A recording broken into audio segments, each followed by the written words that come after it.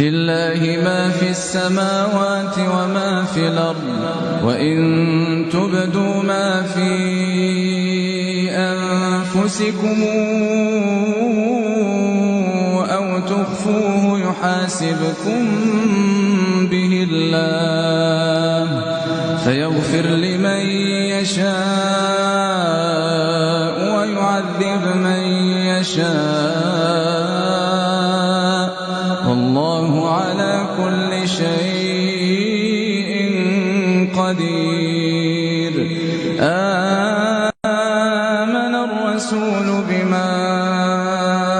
أنزل إليه من ربه والمؤمنون كلنا